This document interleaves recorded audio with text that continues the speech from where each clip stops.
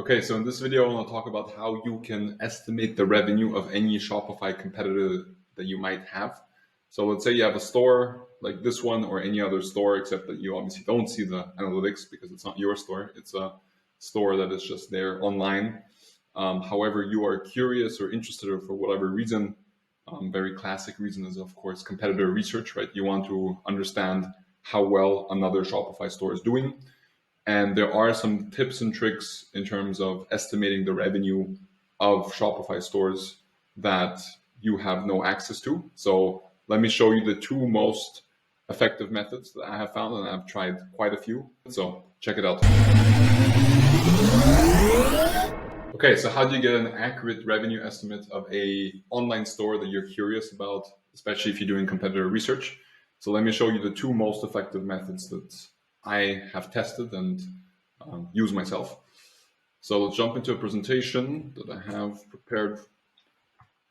So the two methods, I've kind of come up with my own names, which are not the most, let's say, official names, but the one is called the order number hack, and the second one is called the inventory hack. So let's jump into the first one. And by the way, I do want to make this point that there are a bunch of online tools like Alexa PageRank, SEMrush, SimilarWeb, MOZ, and a bunch of other ones, and they are not accurate for smaller stores, right? So again, the majority of all Shopify stores, I'm sure, are stores that make, below 2 million a year in revenue, right? And actually, Shopify doesn't publicly essentially post the entire distribution of stores, but we know the majority of stores are smaller stores, right? And stores that just don't, especially stores that are essentially making 10, 20, 30K a month in revenue, those tools do not work accurately because they just do not have enough traffic for those tools to kind of get enough data to actually understand what's going on, especially if the store has many, many different products, right? Then it gets extremely complicated. If it's like a one product store and it's big enough, some of those tools can work, although I think the variance there is also way too big. And the only way you can test it is actually if you have your own store, right? So the store I just showed you, right? If you run those tools on this store, right, I obviously know exactly how much revenue the store makes in a given time period. I can then compare it with those tools, and I'm telling you those tools are just not that accurate. Anyway, jumping into the order number hack, what do? So you first find the store. You find out if it is a Shopify store. I'll show you how that works. You find the best-selling product by adding this URL at the end. And then you actually make 2 orders of the cheapest product you can find to get the 2 order numbers on the confirmation email, which you will always get with any Shopify store. You can then deduct 1 order number from the first order number, and you'll see the difference in terms of how many orders they made in that time period. So let me actually show you. I think you'll understand this best with an example. So I've just pulled up a store that I wanted to use as an example for this video. It's coffeetime.eu. It's a Shopify store that sells all kinds of coffee products, right? Coffee beans, coffee machines, cleaning tablets, water filters, so on and so forth. So let's just say it's a classic Shopify store, and you're curious to find out how much revenue it makes. And again, this can be applied to any online store that you're interested in. So first of all, by the way, if you press on F12 and inspect, you will, in Elements, you can, by the way, Control F and just type in Shopify. If you do that, you will see a bunch of Shopifys, right? Which essentially means that this is a Shopify store. This is a very kind of basic way to check if a store is a Shopify store, because again, it's not that obvious, especially with some of the newer themes out there that get pretty fancy, if this is truly a Shopify store. And by the way, this also, it's a very basic kind of, not even a trick, but it's something you can check if it's a Shopify store, a Wix store, a WeCommerce, a big commerce store. You just Control F on the inspect, and you'll just see on the kind of on that back end code layer, if those keywords are there somewhere, right? Then most likely, pretty much certainly, this store will be built on that platform. So here we've checked that this is a Shopify store. The next thing we do is, this is a trick that works for all Shopify stores, is you can put this ending onto the URL of any Shopify store, right? So here we just have coffeetime.eu. If we just copy paste this and press enter, what this is going to do, it's automatically going to rank the best-selling products for us. Why I also chose this store is that if you go through, you'll actually see that they have hundreds of products, right? So this store is actually, at least in terms of its product suite, very wide and has a lot of width in terms of the products that they offer. So we obviously, again, this is going to be much, much easier if it's a one product store, because then you're already going to know, okay, they're just selling this one store. We'll just assume, again, I want to make sure that this works for any store that you might want to look at.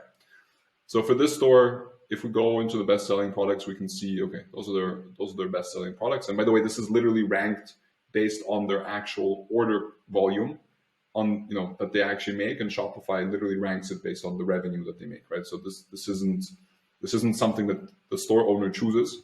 This is literally ranked by Shopify, and that's just a feature that they have if you, again, sort by best-selling. So you can see that this is their best-selling product, and generally, the best-selling products are ranging from, let's say, roughly 15 to 20 euros in this case, and this being the best-selling product. Why is this important? Because we want to determine the average order value of a given store. Why? Because we're now going to multiply. So the first step is to figure out, okay, for every order, how much money do they get on average? And I would say here it's approximately 20 euros. Just looking at the top selling products. And by the way, the top selling products, you'll also typically see a Pareto distribution, meaning the top 20% of products make 80% or more of the revenue. It's very, very classic, especially if a store has many products.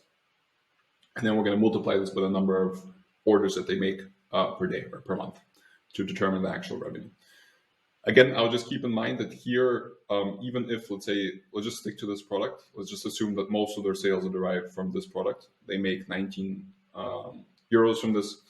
I would always add, I would always assume two things. One, there might be some shipping costs, which we can also check. If we just go onto the checkout page, we'll see the different shipping options, and the store I already checked does have shipping options, which are on average also 4 or 5 euros. And then also that on average, right, people don't probably only order one unit. They might order 1.5, right?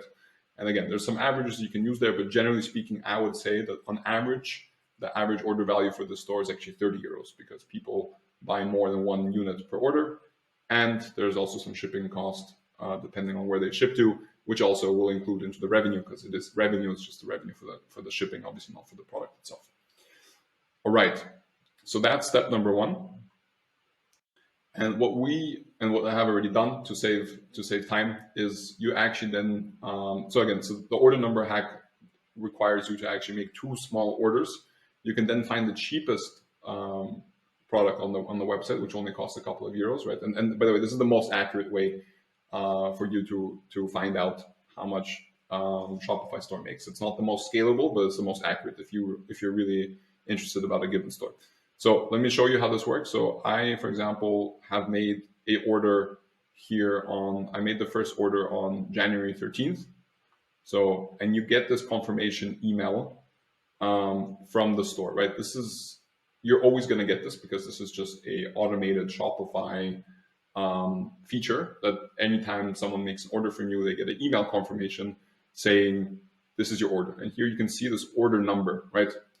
What happens if you have a Shopify store, you'll know this, right? It's just that by default, every additional order that you make increases this number by 1, right? So the next order the store makes won't be ending with 321, it'll be ending with 322 or 33 and then 323, etc., right? So if you make an order on the 13th of Jan, and then what I did is that I made a second order on the 16th of Jan, so 3 days later, the order number was already 721, right? And I ordered something very cheap. And again, there's the shipping and so on and so forth. But the point is that now I can take this order number, 128721, and subtract it from 128321. So funny how the numbers work out. And again, there's actually a trick there's a setting how you can protect yourself. And again, that's where we need to watch out that other stores might be already doing this, right? And I'll show you in a second how that works. But here you can see that the difference is 400 orders, right? So if we subtract this number by the first number, it'll be essentially 721 minus 800. No, sorry, 321. 721 minus 321, which is 400 orders. And we made this order 3 days apart, right? So let's just assume that, again, going back to the website, it seems, right, and there's certain limitations to this, but it seems that in those 3 days, the store made 400 orders. I mean, that could sound reasonable. That means they're making 125 orders per day. Now, going back to our average order value assumption, we assume that approximately for every order, they make 30 euros, right? So if we take 125 times 30, that will be something like 3,700, I believe. And I need to work on my mental math here. So that's how much they make per day. Also per every 3 days, right? So again, assuming for this 3-day period, right? So then if we want to get the revenue for the month, then we multiply it by 10, and then we would get 37,000 euros per month is what this estimate would give us, right? So that's how you can essentially estimate how much revenue that Shopify store makes. If, again, you make 2 orders, you subtract the difference in terms of the order numbers, and then apply it to the average order value, and then obviously then, just adjust it for a monthly or weekly time period, whatever you're interested in, then you will get a pretty decent estimate. And in my experience, yes, you have to make those 2 orders, but this is actually the most accurate way you can actually spy on your competitors and actually get a good revenue estimate, while also kind of testing their kind of checkout page. Seeing, you'll also learn a lot about the store just having done those 2 small purchases. And again, you can purchase, usually there's an item like some kind of small item they're upselling or cross-selling, which only costs a couple of bucks, which you can use for this exercise, right? So ultimately you're only going to spend maybe like $5 for the whole thing, and find out how much revenue they make. The second option, by the way, you will not have to you won't have to spend any money. It will be a bit less accurate. That is just a trade-off that you have to make, but there is also a interesting option there. Anyway, I'll quickly show you how you can protect yourself. So if you go under your settings, right, and just like literally on the first tab, if you scroll to the very bottom, there will be an option called Order ID Format. You can see that you can add a prefix and a suffix for future orders. Now, this won't change the orders that you already have going back, right? But for all future orders, you can add essentially a prefix and a suffix. You see on this Shopify store, for example, I don't have any setting here. I usually actually don't, but this is something you can play around with, that you can protect yourself with. It won't be perfect, right? Because again, your orders will just chronologically go up, right? But there are, again, you can kind of muddy the waters a little bit so that people don't know exactly what's going on, especially if you add a slightly more complicated prefix and suffix. You can also make a much longer order number format, which, by the way, is also how you can recognize, once again, if someone's doing that, right? If you try to do the trick on another store and you see some really weird order number with like 10 digits, then you know that they've already used this, and most likely the results that you're getting are not as accurate as they could be. Anyway, so this was the order hack, and let's jump into option number 2, which is the inventory hack. Okay, so what is option number 2 to figure out the revenue of a store that you're interested in? And that is the inventory hack. Here, you don't actually have to make any purchases. It is a bit more restrictive in terms of what stores it can work on. However, if it does work, it's also very, very accurate. And of course, as the name already says, it has to do with the inventory, reverse engineering the inventory of the store and seeing how much they sell out in a given time period, and then based on that, figuring out how much revenue they make. By the way, that's actually the way that all those tools that essentially estimate the revenue of competitors on Amazon work. So if you ever, if you're familiar with Amazon FBA, there's tools like Helium 10 and a bunch of other ones that are very popular. And what they do is that they essentially give you the revenue of all the competitor listings, because they are able to reverse engineer the inventory which is much easier with Amazon FBA because everything runs through the Amazon warehouses and it's running on the same process. With Shopify, it's harder because, again, with Shopify, every merchant chooses their own way to fulfill the items. But let me show you how this works. So again, let's go back to the best-selling page, as I already showed you how to get there. And I'll just take the best-selling product. And what you do is you want to max out the add to cart, right? So let's just assume you put in 1,000. It's quite unlikely, again, it depends how big the store is, right? But let's just try to do that. Okay, let's go on checkout. Exactly. And this is exactly what you want to see, right?